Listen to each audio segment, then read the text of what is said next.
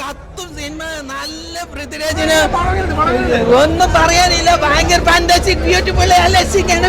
ഭയങ്കരപ്പെട്ട പൃഥ്വിരാജ് പാറുകയാണ്. ഭയങ്കരമുള്ള സിനിമയാണ്. കാണേണ്ട പടമാണ്. വേശിയില്ല, സമയം പോയത് അറിയുന്നില്ല. മരുഭൂമിയിലുള്ള അനുഭവങ്ങളെല്ലാം ഗൾഫിൽ പോയിട്ടെങ്കിലും. ആട് ജീവിതം ഇങ്ങനെ ഒരിക്കലും പറയാൻ പറ്റത്തില്ല. ഇത് തന്നെയാണ് ആ പടം. ഞാൻ ഒരു പടം കണ്ടിട്ട് ഇമാതിരി ഇമോഷണലി സത്യം പറഞ്ഞാൽ ഞാൻ ഭയങ്കരമായിട്ട് വിഷമിച്ചു. ഞാൻ വിഷമിച്ചതിന് ഏറ്റവും വലിയൊരു കാരണം എന്ന് വെച്ച് കഴിഞ്ഞാൽ ഇത് ബേസ്ഡ് ഓൺ ട്രൂ സ്റ്റോറിയാണ്. ഒരു റിയൽ ലൈഫിൽ ഒരാൾ സാക്രിഫൈസ് ചെയ്ത ലൈഫ്, അങ്ങയുടെ ജീവിതമാണ് മൊത്തം നമ്മൾ പ്രേക്ഷകർ കണ്ടത്. ഞാൻ ആലോചിക്കുകയാണ്, നമ്മളൊക്കെ ഇത്രത്തോളം ഒന്നും കഷ്ടപ്പാട് അനുഭവിച്ചിട്ടില്ലല്ലോ എന്ന് ഞാൻ പെട്ടെന്ന് ചിന്തിച്ചു. ഞാൻ എൻ്റെ കാര്യമാണ് ഞാൻ പെട്ടെന്ന് ചിന്തിച്ചത്. ഞാൻ ലൈഫിൽ ഒരുപാട് കഷ്ടപ്പെട്ടിട്ടുണ്ട്. പക്ഷെ ഇത്രത്തോളം ഒരു എനിക്കറിയില്ല അതെങ്ങനെ പറഞ്ഞ് തരണം എന്ന്. അമ്മാതിരി ലെവലിലാണ് എനിക്ക് ആട് ജീവിതം എന്ന് പറയുന്ന മൂവി. അതിലെ ഡിറക്ഷൻ ആയാലും ആക്ടിങ് ആയാലും എല്ലാം എന്തുകൊണ്ടും 100% ഓസ്കാർ ലെവൽ മൂവി എന്ന് ഞാൻ പറയാൻ പറ്റത്തുള്ളൂ. അതിൻ്റെ അപ്പുറം വേറെ അതിൽ പറയാനില്ല. മനസ്സിലായി? ഓരോ മുക്കും മൂലയും വേറെ ലെവലാണ്. 3 മണിക്കൂർ എങ്ങാണ്ടുണ്ട് പോയത് അറിഞ്ഞതേയില്ല. ആ ലെവല് സാധനം. ഇമോഷണലി നമ്മളങ്ങ് തകർന്നു പടം കണ്ട കഴിഞ്ഞാൽ. ഒരു മനുഷ്യൻ ജീവിതത്തിൽ ഇത്രത്തോളം കഷ്ടതയൊക്കെ അനുഭവിക്കാൻ പറ്റുമോ എന്ന് തോന്നിപ്പോകും. മനസ്സിലായോ? സീരിയസ്ലി തോന്നിപ്പോകും. എന്തായാലും പബ്ലിക് ഒപ്പീനിയൻ കുറച്ച് ആൾക്കാർ പറയുന്ന ഒരു വീഡിയോ ഞാൻ ഇവിടെ ഒന്ന് കൊടുക്കാം. എന്നിട്ട് നമുക്ക് ബാക്കി സംസാരിക്കാം. അങ്ങനെയാണ് ഉള്ളിൽ എടുത്തേക്കുന്നത്. കൊടുക്കണം, അല്ലെങ്കിൽ അൺഫെയർ ആണെന്നാണ് എൻ്റെ പേഴ്സണൽ അഭിപ്രായം. പൃഥ്വിരാജ് പറഞ്ഞ കണക്കാണ് മോളിവുഡിന് വേറെ ലെവലിലോട്ട് വരെ കൊണ്ടുപോകുന്നത്. അവർ അനുഭവിച്ചിട്ട് 1% നിർത്തി കാണിച്ചിരിക്കുന്നത്. പറയാൻ വാക്കുകളിൽ അത്രയും അടിപൊളിയായിട്ടുണ്ട്. അടിപൊളി പടം. ഒന്നും പറയല്ല, തിയേറ്റർ എക്സ്പീരിയൻസ് ഇതെല്ലാവരും വന്ന് കാണാം. ഒരു മനുഷ്യൻ ജീവിച്ചു തീർത്ത കഥയാണ്. അതെല്ലാവരും വന്ന് കാണാൻ നോക്കുക. ഈ പടത്തിൽ മെയിൻ ഹൈലൈറ്റ് പൃഥ്വിരാജ് പ്ലസ് അതുപോലെ എ.റഹ്മാൻ്റെ കാര്യത്തിൽ one of the best music work ഈ പടത്തിലുണ്ട്. കാരണം നമ്മൾ ഇൻഡസ്ട്രിയൽ പോലത്തെ പടങ്ങളിൽ ഹാൻസിമാർക്ക് ചെയ്ത് വെച്ചിരിക്കുന്ന അതേ ഒരു ലെവൽ ക്ലാസ് ഐറ്റം എ.റഹ്മാൻ ഇത് ചെയ്ത് വെച്ചിട്ടുണ്ട്. പിന്നെ പൃഥ്വിരാജിൻ്റെ ട്രാൻസ്ഫോർമേഷൻ ആണെങ്കിലും പ്ലസ് എടുത്ത ഹാർഡ് വർക്ക് ആണെങ്കിലും എല്ലാം കയറി കൊടുത്തിട്ടുണ്ട്. നല്ല വൃത്തിക്കാർ ചെയ്തിട്ടുണ്ട്. ഒന്നും പറയില്ല ബ്രോ, ശരിക്കും ഞെട്ടിച്ചു കളഞ്ഞു. ഇപ്പോൾ പൃഥ്വിരാജ് ഒന്നും പറയില്ല, അടിപൊളിയായിട്ട് അഭിനയിച്ച് കൽപ്പിച്ചിട്ടുണ്ട്. എന്തായാലും ഒരു ഓസ്കാർ ലെവൽ ഐറ്റമാണ്. നമുക്ക് എങ്ങനെ നോക്കിയാലും ഒരു ഓസ്കാർ കിട്ടേണ്ട മുതലുണ്ട് ഈ പടത്തിൽ. ഇപ്പോൾ ആർട്ടാണെങ്കിലും മേക്കിംഗ് ആണെങ്കിലും ഈവൻ ഓരോ ഫ്രെയിംസ് വരെ അടിപൊളിയായിട്ട് ചെയ്തിട്ടുണ്ട്. എസ്പെഷ്യലി പറയേണ്ടത് പൃഥ്വിരാജിൻ്റെ പെർഫോമൻസ് ആണ്. പുള്ളിക്കാരൻ ശരിക്കും ഞെട്ടിച്ചു കളഞ്ഞിട്ടുണ്ട്. ചെയ്ത് പറയുന്നത് ലൈക്ക് ഒന്നും പറയില്ല. ഞാൻ അതായത് ഒരു റിവ്യൂ കൊടുക്കാറ് സ്പീച്ചസ് ആണ്. ലൈക്ക് എന്താ പറയുക, സിനിമാറ്റിക് നോക്കിയാൽ ട്രാൻസിഷനൊക്കെ ഓൺ ഫ്ലോ ആണ്. ഞങ്ങൾ ആ സിനിമയ്ക്ക് ആ ഫ്ലോയിലൊക്കെ പോകണം. ഒരു രക്ഷയില്ല.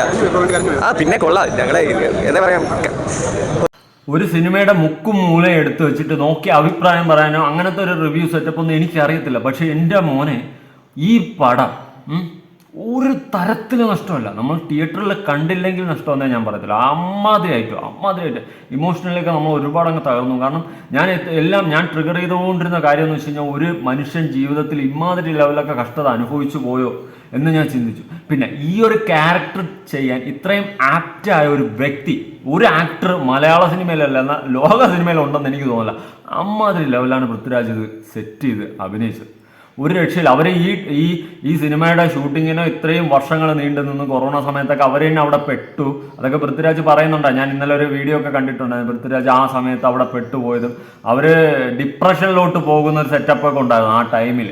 അപ്പോൾ അതൊക്കെ കേട്ടപ്പോൾ ഞാൻ അന്തിച്ചിരുന്നു. ആ പൃഥ്വിരാജിൻ്റെ ഇന്നലത്തെ ഇൻ്റർവ്യൂവിൻ്റെ ഏതൊരു ക്ലിപ്പാണ് ഞാൻ കണ്ടത്. അപ്പോൾ അവർ ആ ഡിപ്രഷനിലോട്ട് പോകുന്നതും ആ ടൈം, ഈ ഷൂട്ടിംഗ് ടൈമിൽ, പിന്നെ അവിടെ ചെറിയ ക്രിക്കറ്റ് കളിയും ഡാൻസ് കളിയൊക്കെ ആയിട്ട് അവർ മുന്നോട്ട് പോയതൊക്കെ ആയിട്ട് ഇന്നലെ എക്സ്പ്ലനേഷൻ വീഡിയോ ഞാൻ കണ്ടിട്ടുണ്ടായിരുന്നു. ഞാൻ സത്യം എനിക്കിതിൽ കൂടുതലൊന്നും പറയാറില്ല. സിനിമ അടിപൊളിയെന്ന് വെച്ചാൽ വേറെ ലെവലാണ്. എന്തായാലും നമ്മുടെ സീക്രട്ട് ഏജന്റ് പറയുന്നതും കൂടി നമുക്കൊന്ന് കേട്ട് നോക്കാം. നമ്മൾ പക്ഷേ കേട്ടിട്ടുണ്ട്, കുറെ മുന്നേറ്റ് ഇങ്ങനെ കേൾക്കുന്നുണ്ട് പൃഥ്വിരാജിന്റെ ട്രാൻസ്ഫോർമേഷൻ വരുത്തിയിട്ട് അങ്ങനെ എങ്ങനെയാണെന്നൊക്കെ. പക്ഷേ അയ്യോ, അതൊരു കണ്ണറിയാതെ പുറത്തേക്ക് ചാടിപ്പോലും. പൃഥ്വിരാജിന്റെ ട്രാൻസ്ഫോർമേഷന്റെ ലെവൽ അറിയണമെങ്കിൽ പടത്തിലൊരു സീനുണ്ട്. അപ്പോൾ ആ സീൻ ഇങ്ങോട്ട് പ്ലേസ് ചെയ്തൊരു രീതി ഉണ്ട്. നെഞ്ചത്തിങ്ങനെ കൊള്ളണം. ആ സീനിൽ പൃഥ്വിരാജിന്റെ ട്രാൻസ്ഫോർമേഷൻ മാത്രമല്ല, വെള്ളം, കുടിവെള്ളം, ഓരോ മൈന്യൂട്ടായുള്ള സാധനത്തിന്റെ ഇമ്പോർട്ടൻസ് ഇങ്ങനെ മനസ്സിലാവണം.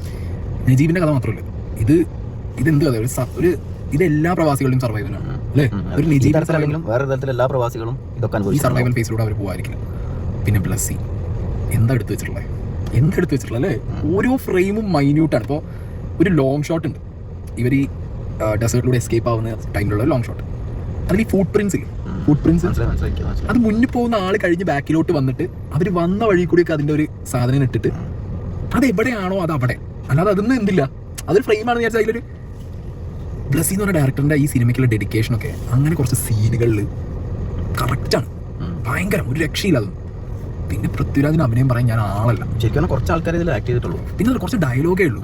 പിന്നെ എല്ലാ സർവൈവൽ സ്റ്റോറി പോലെ ഒരു മരുഭൂമിയിലെ സർവൈവൽ സ്റ്റോറി കാണിക്കാൻ പറ്റില്ല, കാരണം എലമെന്റുകളില്ല. അതുകൊണ്ട് തന്നെ ഇപ്പൊ എനിക്ക് ഫസ്റ്റ് ഹാഫിൽ ഫീൽ ചെയ്തൊരു സാധനം എന്താ വെച്ചാൽ എക്സ്ട്രാ ഓർഡിനറി ആയിട്ട് ഒമ്പാന്ന് തോന്നി കണ്ടിരിക്കുന്ന സാധനങ്ങളുള്ള പോലെ എനിക്ക് തോന്നിയില്ല ഫസ്റ്റ് ഹാഫിൽ. അതിനോട് ഇങ്ങനെ പറഞ്ഞു ഫസ്റ്റ് ഹാഫ് ആയപ്പോൾ, കാരണം ഇതിൽ എക്സ്ട്രാ ഓർഡിനറി. അപ്പോൾ ഞാൻ ചോദിച്ചൊരു ചോദ്യമുണ്ട്, ഒരു മനുഷ്യൻ ഇത്രയും ട്രാൻസ്ഫോർമേഷൻ ചെയ്ത് ആ മനുഷ്യൻ ഈ സിനിമയിൽ 16 വർഷമായിട്ട് ഈ അഭിനയിച്ച് ആ സിനിമ എടുക്കാൻ 10-16 വർഷമായിട്ട് ഒരു ഡയറക്ടർ നടന്ന് അതിന്റെ എൻ്റയർ ക്രൂ നടന്ന് ഇവർ ജോർഡാനിൽ പോയി പെട്ടു കൊറോണയുടെ ടൈമിൽ. ഇതിലും വലിയൊരു സർവൈവൽ എന്താ ഉള്ളത്? സിനിമ ടീമും നജീബ് അനുഭവിച്ച എല്ലാം ഏകദേശം എല്ലാം എന്ന് പറഞ്ഞാൽ ഭയങ്കര കൂടിപ്പോവും. നജീബ് അനുഭവിച്ചതിന്റെ 10-1 അംശം പൃഥ്വിരാജും കടന്നുപോയി, ബ്ലസ്സിയും കടന്നുപോയി, എൻ്റയർ സിനിമ ടീമും കടന്നുപോയി. ഞാൻ ഒരു കാര്യം പറയട്ടെ, മലയാളികൾക്ക് ഇതൊരു വിഷ്വൽ ട്രീറ്റ് എന്നുള്ളതിനുപരി ഇമോഷണൽ ട്രീറ്റ് ആണ് അല്ലേ?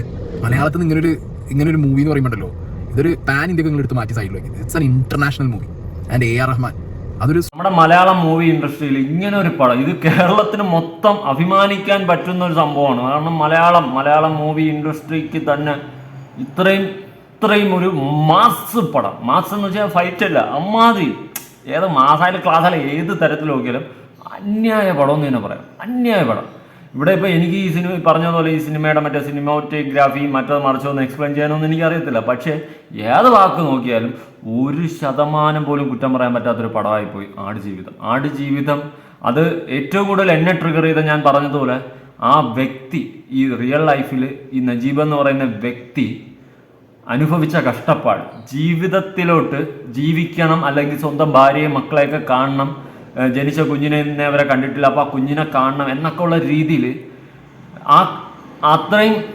ഇത്രയും ജീവിക്കണം എന്ന് പറഞ്ഞുള്ള ഒരു ഓട്ടം, ജീവിക്കാൻ വേണ്ടിയുള്ള ഒരു ഓട്ടം, അതൊന്നും കണ്ടില്ലെന്ന് അടിക്കാൻ പറ്റത്തില്ല. മനസ്സിലായി? അത് വേറെ ലെവലാണ്, അത് പറയാതിരിക്കാൻ വയ്യ. അത് ഈ നോവൽ വായിച്ചിട്ടുള്ള ഒരു അനുഭവം, നോവലൊന്നും ഫുള്ളൊന്നും ഞാൻ വായിച്ചിട്ടില്ല, കുറേയൊക്കെ വായിച്ചിട്ടുള്ളൊരു ഇത് വെച്ചിട്ട് അതൊരു വിഷ്വൽ ട്രീറ്റിലോട്ട് മാറിപ്പോയി. ഏറ്റവും മോനെ വേറെ ലെവൽ അന്യായമായിട്ടും തന്നെ. ഇത് തിയേറ്റർ എക്സ്പീരിയൻസ് ചെയ്തിട്ടില്ലെങ്കിൽ ഇനി ലൈഫിൽ ഒരു പടവും കാണാൻ തിയേറ്ററിൽ പോകില്ലെന്നേ ഞാൻ പറയത്തുള്ളൂ.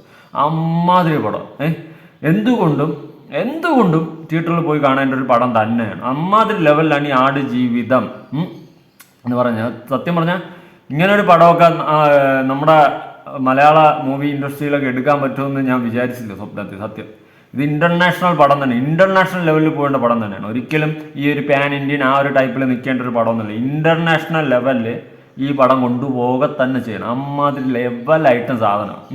ഒരിക്കലും ഒരു തരത്തിലും നമ്മൾ പ്രേക്ഷകർക്ക് നഷ്ടം എന്ന് പറയുന്ന ഒരു സാധനം ഉണ്ടാവത്തില്ല ഈ പടം. അതുപോലെ തിയേറ്ററിൽ പോയി ഇരുന്ന് കണ്ടു കഴിഞ്ഞാൽ നമ്മൾ വേറെ കളിയും ചിരിയൊന്നും ഇല്ലാതെ നമ്മൾ ആ സിനിമയിലോട്ട് സെറ്റായി ഇരുന്ന് കണ്ടു കഴിഞ്ഞാൽ കരയാതെ നമുക്ക് വരാൻ പറ്റത്തില്ല. ഒരു തുള്ളി കണ്ണീരെങ്കിലും നമ്മുടെ കണ്ണിൽ നിന്ന് വീണിരിക്കും. അത് ഉറപ്പാണ്, 100ക്ക് 110% ഉറപ്പാണ്. ഫുള്ള് നമ്മൾ സിനിമ എന്ന് പറഞ്ഞ ആ സിനിമയിൽ നമ്മൾ ഇൻക്ലൂഡായി ഇരുന്ന് കഴിഞ്ഞാൽ നമ്മുടെ കണ്ണിൽ നിന്ന് ഒരു തുള്ളി കണ്ണീരെങ്കിലും വരും. മനുഷ്യത്വം എന്ന് പറയുന്ന സാധനമുള്ള മനുഷ്യൻ്റെ കണ്ണിൽ നിന്നും കണ്ണുനീര് വരാതെ ഈ പടം കണ്ടെണ്ണീട്ട് പോകാൻ പറ്റത്തില്ല. അത് 100ക്ക് 110% എനിക്ക് ഉറപ്പ് പറയാൻ പറ്റുന്ന ഒരു കാര്യമാണ്. കാരണം അത്രയും എനിക്ക് ഏറ്റവും കൂടുതൽ നജീബ് ആ വ്യക്തി ലൈഫിൽ ഇത് ഇത്രയും കഷ്ടപ്പാട് അനുഭവിച്ചല്ലോ. സ്വന്തം ഭാര്യയും മക്കളെയൊക്കെ കാണാൻ വേണ്ടിയുള്ള ഓട്ടം, അറബിയെ വെട്ടിച്ച് ഒക്കെ മുങ്ങി ഓടുന്ന ഓട്ടം, അത് പറയാതിരിക്കാൻ വയ്യ. ഒരു രക്ഷയില്ല. നമുക്ക് കഥ നേരത്തെ അറിയാമെങ്കിലും അത് വിഷ്വൽ ട്രീറ്റിലോട്ട് മാറിയപ്പോൾ എൻ്റെ മോനെ അത് അന്യായ ലെവലെന്ന് തന്നെ പറയാം. അന്യായ ലെവൽ, ഏത് തരത്തിൽ നോക്കിയാലും അന്യായ ലെവൽ. എന്നാലും ഈ പടത്തിനെ കുറ്റം പറഞ്ഞുകൊണ്ട് ആരും വരുമെന്ന് എനിക്ക് തോന്നുന്നില്ല. ഫുള്ള് നോക്കിയാലും എനിക്ക് തോന്നുന്നില്ല. ഇനി ആരെങ്കിലും കുറ്റം പറഞ്ഞ് വന്നാൽ എനിക്ക് ഷെയർ ചെയ്ത് തരൂ ഗൈസ്. അപ്പോൾ പുതിയൊരു വീഡിയോ ആയിട്ട് കാണാം. ബൈ.